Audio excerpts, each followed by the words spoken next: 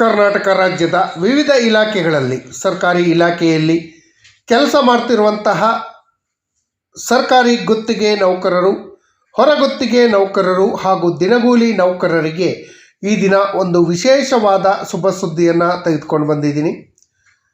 ಪ್ರತಿಯೊಬ್ಬರಿಗೂ ಉಪಯೋಗ ಆಗುವಂತೆ ಮುಂಬರುವಂತಹ ಶಿವರಾತ್ರಿ ಹಬ್ಬದ ಶುಭ ಸಂದರ್ಭದಲ್ಲಿ ರಾಜ್ಯ ಸರ್ಕಾರ ಪ್ರತಿಯೊಬ್ಬರಿಗೂ ಶಿವರಾತ್ರಿ ಹಬ್ಬದ ಬಂಪರ್ ಗಿಫ್ಟನ್ನು ನೀಡಿದೆ. ಗುತ್ತಿಗೆ ನೌಕರರ ಸ್ಯಾಲರಿ, ಪೆನ್ಷನ್, ಗ್ರ್ಯಾಚ್ಯುಟಿ ಹಾಗೂ ಮೆಡಿಕಲ್ ರಿಯಂಬರ್ಸ್ಮೆಂಟಿಗೆ ಸಂಬಂಧಪಟ್ಟ ಹಾಗೆ ಒಂದು ಗುಡ್ ನ್ಯೂಸನ್ನು ರಾಜ್ಯ ಸರ್ಕಾರ ನೀಡಿದೆ. ಅನುದಾನವನ್ನು ಬಿಡುಗಡೆ ಮಾಡಿದೆ. ಅನುದಾನ ಬಿಡುಗಡೆ ಮಾಡಿ ರಾಜ್ಯ ಸರ್ಕಾರದ ಮಹತ್ವದ ಆದೇಶವನ್ನು ಹೊರಡಿಸಿದೆ. ಈ ಆದೇಶದಿಂದ ಯಾರಿಗೆಲ್ಲ ಉಪಯೋಗ ಆಗತ್ತೆ ಅನ್ನೋದ್ರ ಬಗ್ಗೆ ವಿವರವಾದ ಮಾಹಿತಿಯನ್ನು ಕೊಡ್ತೀನಿ. ಈ ಮಾಹಿತಿಯನ್ನು ತಮ್ಮ ಮುಂದೆ ಶೇರ್ ಮಾಡೋದಕ್ಕಿಂತ ಮುಂಚಿತವಾಗಿ ಯಾರೆಲ್ಲ ಈ ಚಾನಲ್ಗೆ ಸಬ್ಸ್ಕ್ರೈಬ್ ಮಾಡ್ಕೊಂಡೇ ವಿಡಿಯೋನ ನೋಡ್ತಾ ಇದ್ದೀರಿ, ದಯವಿಟ್ಟು ಕೆಳಗಡೆ ಕಾಣ್ತಾ ಇರೋಂಥ ಸಬ್ಸ್ಕ್ರೈಬ್ ಬಟನನ್ನು ಒತ್ತಿ ಬೆಲ್ ಐಕನನ್ನು ಕ್ಲಿಕ್ ಮಾಡಿ ಆಲ್ ಅಂತ ಮಾಡಿ. ನೀವು ಫೇಸ್ ಮಾಡ್ತಾ ಇರೋಂಥ ಎಲ್ಲ ಪ್ರಾಬ್ಲಮ್ಗಳನ್ನು ಲೀಗಲ್ಲಾಗಿ ಸಾಲ್ವ್ ಮಾಡ್ಕೊಳ್ಳೋಕ್ಕಿರೋಂಥ ಉತ್ತಮ ವೇದಿಕೆ ಸರ್ಕಾರಿ ನೌಕರ ಮಿತ್ರ ಯೂಟ್ಯೂಬ್ ಚಾನಲ್ಗೆ ಜಾಯ್ನ್ ಆಗಿ. ಸ್ನೇಹಿತರೆ, ಸರ್ಕಾರದ ವಿವಿಧ ಇಲಾಖೆಯಲ್ಲಿ ಕೆಲಸ ಮಾಡ್ತಿರುವಂಥ ಲಕ್ಷಾಂತರ ಗುತ್ತಿಗೆ ನೌಕರರು ಹಾಗೂ ಹೊರಗುತ್ತಿಗೆ ನೌಕರರಿಗೆ ರಾಜ್ಯ ಸರ್ಕಾರ ಭಾರಿ ಬಂಪರ್ ಗಿಫ್ಟನ್ನು ನೀಡಿದೆ. ಸಂಬಳ, ಪಿಂಚಣಿ, ಉಪದಾನ ಹಾಗೂ ಮೆಡಿಕಲ್ ರಿಯಂಬರ್ಸ್ಮೆಂಟಿಗೆ ಸಂಬಂಧಪಟ್ಟ ಹಾಗೆ ಒಂದು ಆದೇಶವನ್ನು ಹೊರಡಿಸಿದೆ. ಆದೇಶದಲ್ಲಿ ಏನಿದೆ ನೋಡೋಣ ಬನ್ನಿ. ನೌಕರರಿಗೆ ಕರ್ನಾಟಕ ಸರ್ಕಾರ ಒಂದು ಶುಭ ಸುದ್ದಿಯನ್ನು ನೀಡಿದೆ ಅಂತಲೇ ಹೇಳ್ಬೋದು. ಸರ್ಕಾರ ಒಂದು ಆದೇಶವನ್ನು ಹೊರಡಿಸಿದೆ. ಆ ಆದೇಶದಲ್ಲಿ ಏನಿದೆ, ನಿಮಗೆಲ್ಲರಿಗೂ ಯಾವ ರೀತಿ ಉಪಯೋಗ ಆಗುತ್ತೆ ಅಂತ ನೋಡೋದಾದರೆ, ವಿವಿಧ ತಾಲೂಕು ಪಂಚಾಯಿತಿಗಳ ಹಾಗೂ ಅವುಗಳ ವ್ಯಾಪ್ತಿಯ ಇಲಾಖೆಗಳಲ್ಲಿ ವೇತನ, ಸ್ಯಾಲರಿಯೇತರ ದಿನಗೂಲಿ ನೌಕರರ ವೇತನ, ಉಪದಾನ, ಹೊರಗುತ್ತಿಗೆ ನೌಕರರ ವೇತನ ಹಾಗೂ ವೈದ್ಯಕೀಯ ವೆಚ್ಚ, ಮೆಡಿಕಲ್ ರಿಯಂಬರ್ಸ್ಮೆಂಟ್ ಪಾವತಿಗಾಗಿ ಹೆಚ್ಚುವರಿ ಅನುದಾನವನ್ನು ಬಿಡುಗಡೆ ಮಾಡ್ತಾ ಇದೆ. ಎಕ್ಸ್ಟ್ರಾ ಅಮೌಂಟನ್ನು ಸರ್ಕಾರ ನೀಡ್ತಾ ಇದೆ. ವಿವಿಧ ತಾಲೂಕು ಪಂಚಾಯಿತಿಗಳು ಅವುಗಳ ವ್ಯಾಪ್ತಿಯಲ್ಲಿ ಇರುವಂಥ ಇಲಾಖೆಗಳ ವೇತನೇತರ ದಿನಗೂಲಿ ನೌಕರರ ವೇತನ, ಉಪದಾನ, ಹೊರಗುತ್ತಿಗೆ ನೌಕರರ ವೇತನ ಹಾಗೂ ಮೆಡಿಕಲ್ ರಿಯಂಬರ್ಸ್ಮೆಂಟ್ ಪಾವತಿಗಾಗಿ ಹೆಚ್ಚುವರಿ ಅನುದಾನವನ್ನು ಪ್ರಧಾನ ಲೆಕ್ಕ ಶಿಕ್ಷಿಕೆ 22/02, 22/10, 22/25, 24/03, 24/35 ಹಾಗೂ 25/15 ಅಡಿಯಲ್ಲಿ ಬಿಡುಗಡೆಗೆ ಪ್ರಸ್ತಾಪಿಸಲಾಗಿದೆ. ಪ್ರಸ್ತಾವನೆಯನ್ನು ಪರಿಶೀಲಿಸಿ ತಾಲೂಕು ಪಂಚಾಯಿತಿ ಕಾರ್ಯಕ್ರಮದ ಅಡಿಯಲ್ಲಿ ಸುಮಾರು 4035.21 ಲಕ್ಷಗಳನ್ನು ಬಿಡುಗಡೆ ಮಾಡಿದೆ. ಸರ್ಕಾರಿ ಆದೇಶ ಸಂಖ್ಯೆ AI 202 ಲೆಕ್ಕ 6/2025 ದಿನಾಂಕ ಫೆಬ್ರವರಿ 4, 2026 ಈ ಆದೇಶವನ್ನು ಮಾಡಿಸಿದೆ. ಪ್ರಸ್ತಾವನೆಯಲ್ಲಿ ವಿವರಿಸಿರುವಂಥ ಆದೇಶಕ್ಕೆ ಲಗತ್ತಿಸಿದೆ. ಅನುಬಂಧ ಕಲಂ 2ರ ತಾಲೂಕು ಪಂಚಾಯಿತಿ ಕಲಂ 3ರ ಪ್ರೋಗ್ರಾಮ್ನ ಅಡಿಯಲ್ಲಿ ಸ್ಯಾಲ್ರಿ ಅರಿಯರ್ಸ್ಗಳನ್ನು, ದಿನಗೂಲಿ ನೌಕರರ ಸ್ಯಾಲ್ರಿ ಹಾಗೂ ಉಪದಾನ ಅಂದರೆ ಗ್ರ್ಯಾಚ್ಯುಟಿ ನೀಡುವ ಬಗ್ಗೆ ಹಾಗೂ ಹೊರಗುತ್ತಿಗೆ ನೌಕರರ ವೇತನ ಹಾಗೂ ಮೆಡಿಕಲ್ ರಿಯಂಬರ್ಸ್ಮೆಂಟ್ ಮರುಪಾವತಿಗಾಗಿ ಅಗತ್ಯವಿರುವ ಅನುದಾನವನ್ನು ಕಲಂ 4 ಶಿಕ್ಷಿಕೆ ಅಡಿಯಲ್ಲಿ ಬಿಡುಗಡೆ ಮಾಡಿದೆ. ಈ ಬಿಡುಗಡೆ ಯಾರ್ಯಾರಿಗೆ ಆಗಿದೆ ಅಂತ ನೋಡೋದಾದರೆ, ಕರ್ನಾಟಕದ ರಾಜ್ಯದ ಎಲ್ಲ ತಾಲೂಕು ಪಂಚಾಯಿತಿಗಳಿಗೂ ಕೂಡ ಬಿಡುಗಡೆ ಆಗಿದೆ ಅಂತಲೇ ಹೇಳ್ಬೋದು. ಬೈಲಹೊಂಗಲ, ಬೆಳಗಾವಿಯ ಬೈಲಹೊಂಗಲಕ್ಕೆ 25 ಲಕ್ಷ ರೂಪಾಯಿ ಅಂದರೆ 25 ಲಕ್ಷ ರೂಪಾಯಿ, ಅಜ್ಜಂಪುರಕ್ಕೆ 5 ಲಕ್ಷ, ಅಣ್ಣಿಗೇರಿಯವರಿಗೆ 15 ಲಕ್ಷ, ಅಫ್ಜಲ್ಪುರಕ್ಕೆ 35 ಲಕ್ಷ, ಅರಕಲಗೂಡಿಗೆ 1,98 ಲಕ್ಷ, ಅನ್ನಾವರಕ್ಕೆ 1,06,00,000, ಆನೇಕಲ್ಲಿಗೆ 4 ಲಕ್ಷ, ಆನೇಕಲ್ಲು 2ನೇ ಇದು 6 ಲಕ್ಷ, ಕಂಪ್ಲಿಗೆ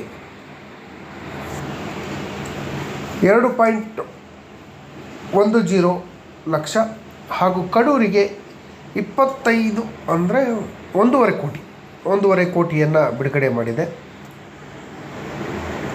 ಅದೇ ರೀತಿ ಕಮಲಾಪುರಕ್ಕೆ 175, ಕಮಲಾಪುರ 2ಕ್ಕೆ 2.26, ಕಲಘಟಗಿಗೆ 2 ಅನುದಾನವನ್ನು ಬಿಡುಗಡೆ ಮಾಡಿದೆ. ಕಾರಟಗಿ, ಕಿತ್ತೂರಿಗೆ, ಕುಂದಗೋಳಕ್ಕೆ 2 ಪ್ರಾಜೆಕ್ಟಲ್ಲಿ ಬಿಡುಗಡೆ ಮಾಡಿದೆ. ಕುಷ್ಟಗಿಗೂ ಕೂಡ 2 ಪ್ರಾಜೆಕ್ಟಲ್ಲಿ, ಒಂದಕ್ಕೆ 4.87 ಹಾಗೂ 1.86. KR ಪುರಕ್ಕೆ ಅಲ್ಲೂ ಕೂಡ 2 ಇದನ್ನು ಬಿಡುಗಡೆ ಮಾಡಿದೆ. ಒಂದು 8.70, 400 ಅಂದರೆ 4 ಕೋಟಿಯನ್ನು ಬಿಡುಗಡೆ ಮಾಡಿದೆ. ಒಟ್ಟು 8 ಕೋಟಿ. ಗದಗಿಗೆ ಟೋಟಲ್ಲು 3 ಪ್ರಾಜೆಕ್ಟಿಗೆ ಬಿಡುಗಡೆ ಮಾಡಿದೆ. ಒಂದಕ್ಕೆ 400, ಒಂದಕ್ಕೆ 38 ಹಾಗೂ ಇನ್ನೊಂದಕ್ಕೆ 134. ಅದೇ ರೀತಿ ಗುಂಡ್ಲುಪೇಟೆಗೆ 43.34, ಗುಡಿಬಂಡೆಗೆ 15, ಗುಬ್ಬಿಗೆ 12, ಗುಬ್ಬಿ ಇನ್ನೊಂದು ಪ್ರಾಜೆಕ್ಟಿಗೆ 19, ಚನ್ನಪಟ್ಟಣಕ್ಕೆ 5.50, ಚಾಮರಾಜನಗರದ 2 ಪ್ರಾಜೆಕ್ಟ್ಗಳಿಗೆ ಹಣವನ್ನು ಮೀಸಲಾಗಿದೆ. ಅಲ್ಲಿ ಕ್ಲಿಯರ್ ಕಟ್ಟಾಗಿ ಕೊಟ್ಟಿದೆ. ಇವೆಲ್ಲ ಮೆಡಿಕಲ್ ರಿಯಂಬರ್ಸ್ಮೆಂಟಿಗೆ ಸಂಬಂಧಪಟ್ಟವು, ಕೆಲವೊಂದು ವೇತನಕ್ಕೆ ಸಂಬಂಧಪಟ್ಟವು ಇದ್ದಾವೆ. ಚಿಕ್ಕೋಡಿಗೆ ಅದು ಮೆಡಿಕಲ್ ರಿಯಂಬರ್ಸ್ಮೆಂಟಿಗೆ. ಜಗಳೂರಿಗೆ 41.62 ಮೆಡಿಕಲ್ ರಿಯಂಬರ್ಸ್ಮೆಂಟಿಗೆ. ಜೋಯಿಡಕ್ಕೆ ಹೊರಗುತ್ತಿಗೆ ನೌಕರರ ವೇತನ. ಟಿ ನರಸೀಪುರ 1 ಮೆಡಿಕಲ್ ರಿಯಂಬರ್ಸ್ಮೆಂಟು, 1 ಸ್ಯಾಲ್ರಿಗೋಸ್ಕರ. ತ್ರಿಕೋಟದಲ್ಲಿ 2, ಅದು ಕೂಡ ಹೊರಗುತ್ತಿಗೆ ನೌಕರರ ವೇತನ ಹಾಗೂ ವೇತನ ಪಾವತಿ ಕೊರತೆಯನ್ನು ನಿವಾರಿಸುವ ಅನುದಾನ ಇದೆ. ಜೊತೆಯಲ್ಲಿ ನಿಮ್ಮ ಯಾವ್ಯಾವ ಊರುಗಳು ಅಂತಲೂ ಕೊಟ್ಟಿದೆ.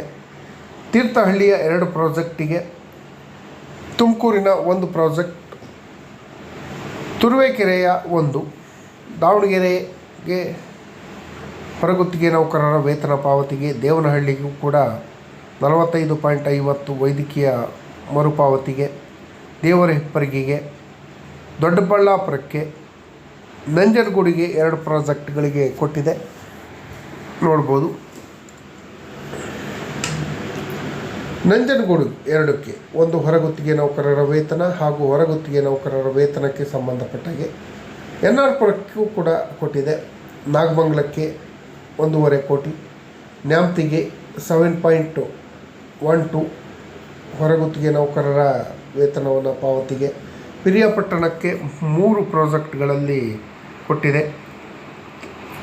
20, 17 ಹಾಗೂ 14 ಸ್ಯಾಲರಿಗೋಸ್ಕರ. ಬಂಟ್ವಾಳಕ್ಕೆ ಕೊಟ್ಟಿದೆ. ಬಸವನ ಬಾಗೇವಾಡಿಯ 2 ಪ್ರಾಜೆಕ್ಟ್ಗಳಿಗೆ, ಬಳ್ಳಾರಿಯ 2 ಪ್ರಾಜೆಕ್ಟ್ಗಳಿಗೆ, ಬಾದಾಮಿಯ 2 ಪ್ರಾಜೆಕ್ಟಿಗೆ, ಬೆಂಗಳೂರು ಉತ್ತರಕ್ಕೆ ಬೆಳ್ತಂಗಡಿಗೆ 1 ಪ್ರಾಜೆಕ್ಟು, ಬೈಂದೂರಿಗೆ 1 ಪ್ರಾಜೆಕ್ಟು, ಮಂಗಳೂರಿಗೆ, ಮಡಿಕೇರಿ ಹಾಗೂ ಮದ್ದೂರು, ಮಸ್ಕಿಗೆ ಬಿಡುಗಡೆ ಮಾಡಿದೆ. ಈ ಅನುದಾನವನ್ನು ಯಾರ್ಯಾರಿಗೆ ಅವಶ್ಯಕತೆ ಇದೆ ಅವರು ಉಪಯೋಗಿಸ್ಕೊಬೋದು. ನಾನು ಹೇಳೋದಿಷ್ಟೇ, ಸರ್ಕಾರಿ ಗುತ್ತಿಗೆ ನೌಕರರು ಹಾಗೂ ಹೊರಗುತ್ತಿಗೆ ನೌಕರರ ದಿನಗೂಲಿ ನೌಕರರನ್ನು ಇಷ್ಟು ವರ್ಷ ದುಡಿಸ್ಕೊಂಡು ಈಗ ಕೈ ಬಿಡೋದು ಸರಿಯಲ್ಲ. ಮಾನ್ಯ ಸುಪ್ರೀಂ ಕೋರ್ಟ್ ಆದೇಶ, ಹೈಕೋರ್ಟ್ ಆದೇಶಗಳ ಪ್ರಕಾರ ಯಾರೆಲ್ಲ 10 ಇಯರ್ಸ್ ಸರ್ವಿಸನ್ನು ಕಂಪ್ಲೀಟ್ ಮಾಡಿದರೆ ಗುತ್ತಿಗೆ ನೌಕರರು ಹಾಗೂ ಹೊರಗುತ್ತಿಗೆ ನೌಕರರಾಗಿ ಅವರಿಗೆ ಕನ್ಫರ್ಮೇಷನ್ ಮಾಡಿಬಿಟ್ಟು ಸರ್ಕಾರಿ ನೌಕರರು ಅಂತ ಘೋಷಣೆ ಮಾಡಬೇಕು. ಅದ್ರ ಜೊತೆಯಲ್ಲಿ ಉಳಿದ ಏನು ಇವರಿದ್ದಾರೆ ಉಳಿದ ನೌಕರರು 10 ಇಯರ್ಸ್ ಬಿಲೋ ಇರೋರಿಗೆ ಸರ್ಕಾರಿ ನೌಕರಿಯಲ್ಲಿ ಇಷ್ಟು ಪರ್ಸೆಂಟೇಜು ಅಂತ ಹೇಳಿಬಿಟ್ಟು ಮೀಸಲಾಗಿಡಬೇಕು. ಹಾಗಾಗಿ ಅವರು ಕೂಡ ಸರ್ಕಾರಿ ನೌಕರರಾಗೋಕ್ಕೆ ಒಂದು ಅವಕಾಶವನ್ನು ಮಾಡಿಕೊಡುತ್ತೆ. ಸರ್ಕಾರ ಈ ಬಗ್ಗೆ ಗಮನ ಹರಿಸಿ ದಯವಿಟ್ಟು ಆದಷ್ಟು ಶೀಘ್ರದಲ್ಲೇ ಸರ್ಕಾರಿ ಗುತ್ತಿಗೆ ನೌಕರರು ಹಾಗೂ ಹೊರಗುತ್ತಿಗೆ ನೌಕರರನ್ನು ಸರ್ಕಾರಿ ನೌಕರರು ಅಂತ ಘೋಷಣೆ ಮಾಡುವಂಥ ಕೆಲಸಕ್ಕೆ ರಾಜ್ಯ ಸರ್ಕಾರ ಕೈ ಹಾಕಬೇಕು ಅಂತ ಕೇಳ್ಕೊಂತ ಈ ಮಾಹಿತಿ ತಮಗೇನಾದರೂ ಇಷ್ಟ ಆಗಿದ್ದರೆ ದಯವಿಟ್ಟು ಕೆಳಗಡೆ ಕಾಣ್ತಾ ಇರೋಂಥ ಸಬ್ಸ್ಕ್ರೈಬ್ ಬಟನನ್ನು ಒತ್ತಿ ಬೆಲ್ಲೈಕನನ್ನು ಕ್ಲಿಕ್ ಮಾಡಿ ಆಲ್ ಅಂತ ಮಾಡಿ ನೀವು ಫೇಸ್ ಮಾಡ್ತಾ ಇರೋಂಥ ಎಲ್ಲ ಪ್ರಾಬ್ಲಮ್ಗಳನ್ನು ಲೀಗಲ್ಲಾಗಿ ಸಾಲ್ವ್ ಮಾಡ್ಕೊಳ್ಳೋಕ್ಕಿರೋಂಥ ಉತ್ತಮ ವೇದಿಕೆ ಸರ್ಕಾರಿ ನೌಕರ ಮಿತ್ರ ಯೂಟ್ಯೂಬ್ ಚಾನಲ್. ಧನ್ಯವಾದಗಳು. ಜೈ ಹಿಂದ್, ಜೈ ಕರ್ನಾಟಕ ಮಾತ್ರ.